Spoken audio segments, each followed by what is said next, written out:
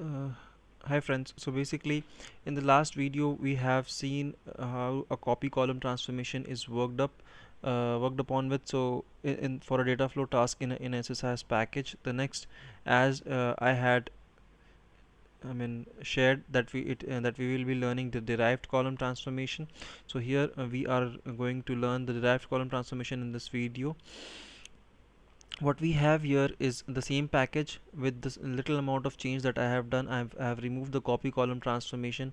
As I had shared in my last video, the reason uh, of copy column being obsolete and being overshadowed by the derived column transformation is fairly a simple and an simple one. The reason is copy column simply creates a copy of the existing column for you, and further to that you have to perform certain amount of transformations based upon the business logic with the help of some expressions that you have. But this, by and large, this functionality is done in one go via a simple transformation, that is the derived column, because of which the derived column essentially is one of the important transformations that we have in SSIS uh, package development. So the derived column not only allows you to create create a new column based upon an expression, but also allows you to create work up or change the existing column, so it performs the dual function for you. So again, giving you a brief overview of the package that we have a simple data flow task package, which is actually rolling out or pushing out the data from production transaction history table. This table has transaction IDs and all the transaction details based upon the transaction date, the quantity of orders that were booked on that date, reference order ID, product IDs which were actually booked, and the transaction type. So we are pushing out the data based upon the transaction date column, which is actually being used by the conditional split to push out date the data of 2008 transactions to a flat file, to a different flat file destination other than 2007. So we have two output file destinations which selectively or filter out the data for 2007 and 2008 trade transactions. That was so far our package was all about. We have added two data derived column transformations. So let's try and look at each of them. So the first one that we have is, if you see, you will be getting in the editor, you will be getting all the columns that you have, and these columns, and all the expressions that you can use. So so out of these columns, if you see, what we have done here is we are going to add a new column whose name is order size. This you will be allowed to type in. So you will be allowed to type in a new derived column based upon this expression. So we are using this expression. If you look at this expression, is actually nothing but it's using the quantity column. If the quantity is less than 6, it's giving the value of a string value of small. If it is between 6 and 10, it's giving a value of medium, or else a large. So it's nothing but a case T-SQL, simple case that you would write in a T-SQL.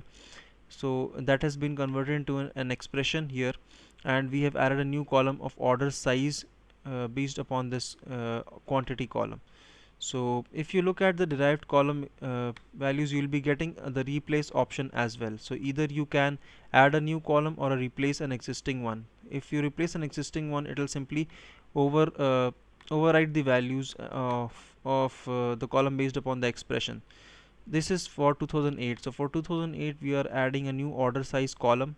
For 2007 data, what we have done is we are using two columns, that is machine name and username, and we are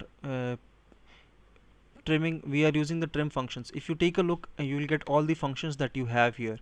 So based upon this, you can also take a look, what all if built-in expressions that you have here, based upon which you can put in your expression field. So we are actually cleaning up the trailing and the leading white spaces, if at all, for the machine name column, and adding a string mac for the machine name. Okay, and for the username we are adding a usr, uh, and that's secondly we are also replacing the username column based upon this expression. So whatever the username being fed in into this transformation will be replaced based upon the expression that we have in place. So if you scroll up, you'll get the option to add a new column as well. So if you add, you can provide a new name to the column, and then it'll add a new column to the output of this transformation, which can further be selected at your output or your destination file, if you will. So we are replacing it here. So we have seen two derived column transformations. That is, the first one is actually replacing first one is actually creating a new derived column order size based upon the expression of which is using the quantity column, and the second one is actually replacing the existing columns, so based upon the expression. Now let's run this package and quickly see the outputs. Right, so if we see the 2007 data,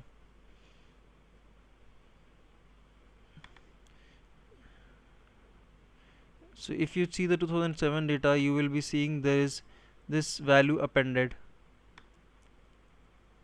and also the white spaces have been trimmed, so if at all they were there. So that's, the existing column was replaced.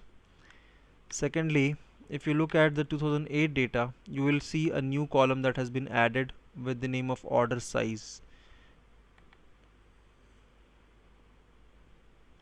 So if you take a look, you have a new column added, order size, and of values of which will be based upon the expression that we have fed in: small, medium, large, based upon the expression. So based upon the, as the case for that record, if the quantity was 22, so it's a large order for, it's a large order. So that is really your derived column for you. Derived column is was one of the really mostly used transformation that you have in a data flow task, and it is a synchronous transformation, by which the synchronous transformation, I mean that there is not much of data held in buffer, in memory buffer. The amount of data that goes in is transformed and flown out of this derived column. So transformation, so it's one of a quick ways of transforming based upon an expression.